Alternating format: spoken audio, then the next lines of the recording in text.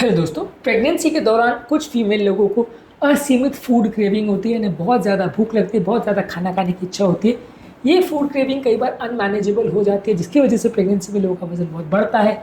आज हम बात करेंगे कुछ स्पेसिफिक टिप्स के लिए जो प्रेगनेंसी के दौरान इन खाने की क्रेविंग्स को कम करने में मदद करेगा, यानी जो एक्सेसिव भूख लगने की प्रॉब्लम होती है उसको कम करने में आपकी मदद करेगा। आज का टॉपिक है tips to avoid food cravings in pregnancy.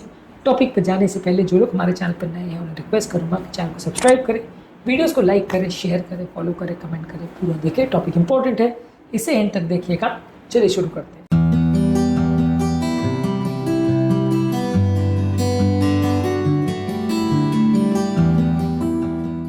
सबसे पहले आपको प्रेगनेंसी के दौरान कोशिश करनी चाहिए कि बैलेंस और संतुलित आहार खाएं।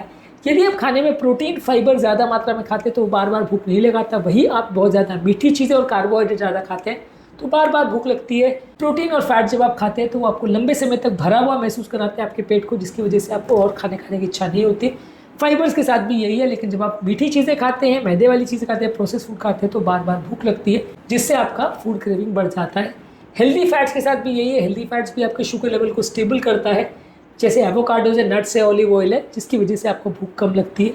इसके अलावा होल ग्रेन्स को आप प्रेफर करिए रिफाइंड ग्रेन्स के बदले, यानी मैदे की बनी हुई चीज़ और राइस के बदले आप ओट्स लीजिए, ब्राउन राइस लीजिए या क्विनोआ या बार्ली, ये सारी चीज़ें लीजिए। तो ये सारी चीज़ें ज़्यादा बेटर है आपके शुगर लेवल के स्पाइक को कम करने के लिए, जिसकी वजह से अक्सर लोगों को फूड की क्रेविंग होती है। इसको आप अवॉइड करिए। जितना आप मैदे वाली चीज़ें या प्रोसेस फूड खाएंगे या ऐसे कार्ब्स खाएंगे जो आपकी क्रेविंग ट्रिगर करेगा, उतना आपको बार बार भूख लगेगी।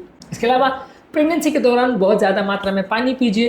कई बार प्रेगनेंसी के दौरान आपकी जो भूख है और आपकी प्यास में बॉडी कंफ्यूज हो जाती है, जिसकी वजह से लोगों को प्यास लग रही होती है एक्चुअल में, लेकिन बदले में वो खाना खा लेते हैं और खासकर कैलोरी वाले ड्रिंक्स ले लेते हैं, जो कि पानी की प्यास तो बुझाती है लेकिन और ज़्यादा आपको कैलोरी दे जाती है और ज़्यादा जल्दी शुगर स्पाइक करते हैं, इससे और भूख भी लगती है। तो ये ड्रिंक्स को अवॉइड करने के लिए पानी रेगुलर बेस पर ज़्यादा पीते रहिए। डिहाइड्रेटेड बिल्कुल मत होइए।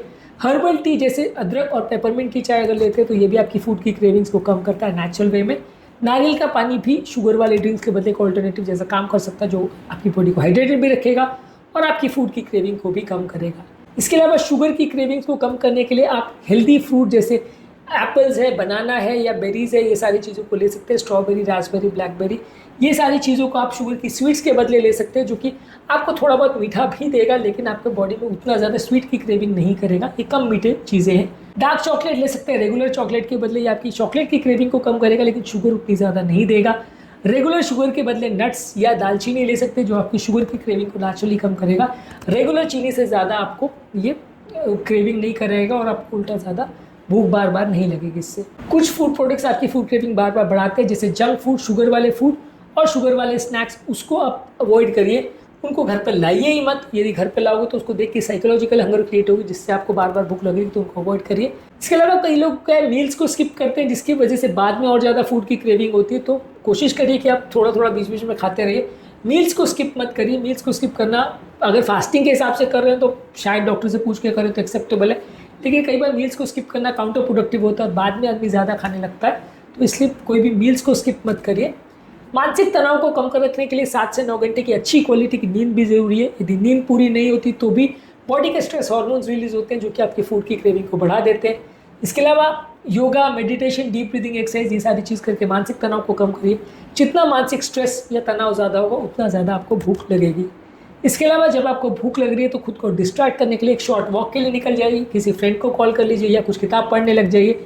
इससे आपका मन का ध्यान उससे हट जाएगा और आपको भूख कंट्रोल करने में मदद मिलेगी। तो कई बार अपना ध्यान डाइवर्ट करने से आपका बॉडी का जो हंगर हार्मोन है वो सबसाइड हो जाता है और आपकी भूख अपने आप शांत हो जाती है।